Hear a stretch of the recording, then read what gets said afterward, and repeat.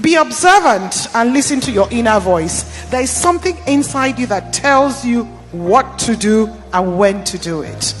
Nobody's inner voice is as important as yours. Learn to listen to it. Learn to respond to it. My last words to you is that there is no shortcut in life. Everything, as I said, takes time, takes planning, and takes process. I know you are going to do fantastic work out there. The whole world is waiting, and we are holding our breath as well. Embrace life, because indeed there's a pot of gold at the end of the rainbow after the rain.